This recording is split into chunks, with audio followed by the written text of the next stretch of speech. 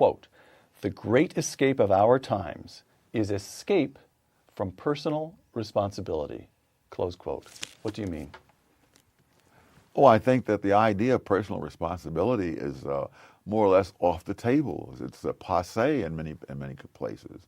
Again, going back to, say, the housing situation, that people took out mortgages that they couldn't afford, and that now people who didn't take out mortgages they couldn't afford are now expected to pay to bail them out. It's insane. But you don't, they were duped by dishonest mortgage brokers, no? Oh, there was enough dishonesty to go around. We needn't single out mortgage brokers. No, that's the narrative. The fact of the matter is that speculators took advantage. See, these things are put in these laws and policies are put into place, saying this is going to help the poor and the downtrodden.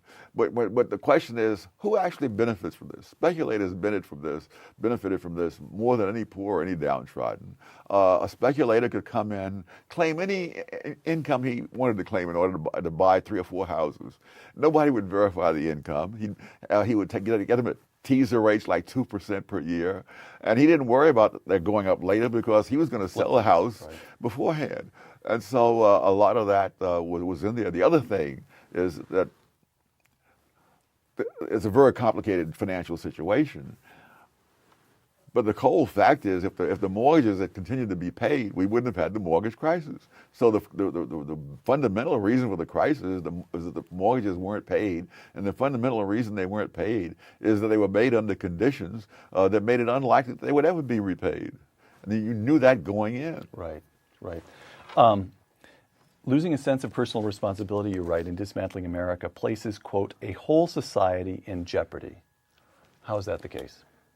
How do you draw a line from the mortgage crisis to the dismantling of the entire country?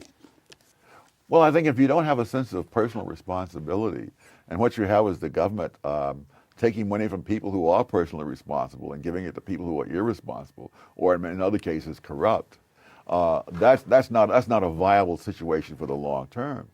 You're going to have ever more people being ever more irresponsible.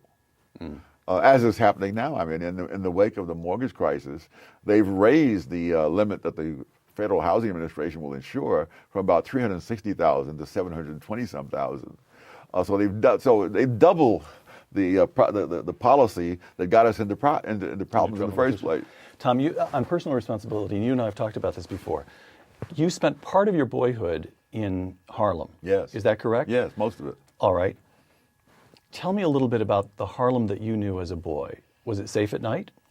Yes. When I would wake up in the middle of the night, I would get up, get dressed, and go out to a corner newsstand where there was a little old man who was white selling newspapers in Harlem at midnight. Now today, he and I would both be taken in for mental observation. You know. How were the schools in the Harlem of your boyhood? Oh, they were among the best in the country. Public schools. Public schools. Oh, I only went to public schools. I have data on the actual test scores of kids in Harlem. They were almost identical with the kids in the Lower East Side, who were almost all white. And nobody was concerned about giving me school lunches and stuff like that. They didn't ask me whether my home was broken or not. They just told me what I was supposed to do, and they made damn sure I did it. Do your homework, get your assignments in. That's it. Tom, what happened between the Harlem of your boyhood, which would be what, late 40s to the mid 50s or so? 40s. I went my first school I attended in Harlem was 1939. Oh, real? All right. So you grew up you were there during the Second World War. Oh, yes. All right. So take me from the Harlem of your boyhood, in this theme of personal responsibility, to the Harlem of the 70s and 80s. Oh, there you got the teachers became social workers, social theorists. They became propagandists for all kinds of new fads. And I guess the test was whether they made the teachers feel like it was exciting and it made the students feel good about themselves. So, of course, they end up not with no education that's worth talking about. And what about the crime rates? Oh my goodness, the crime rates were much lower. I gave a talk. Much lower when you were a boy. But Yes. so what do you attribute the rise in crime?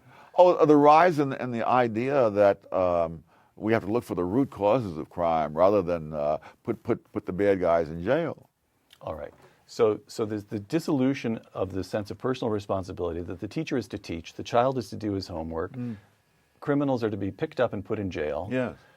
Now, Harlem today is pretty safe. It has enjoyed the increase in safety or the drop in crime rates associated with the rest of New York that began under Rudy Giuliani.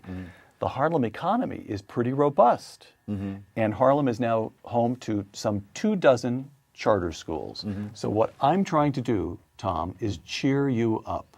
I'm trying to... Well, I need it. I'm trying to point to evidence of the possibility of renewal, of rebirth, and that to suggest I never denied that there was possibility for renewal and rebirth. So I haven't said it. In fact, even in my book, I say, the one good thing is that nothing is inevitable until it happens. But I also point out that there were periods of improvement as the Roman Empire moved toward its last days. Right.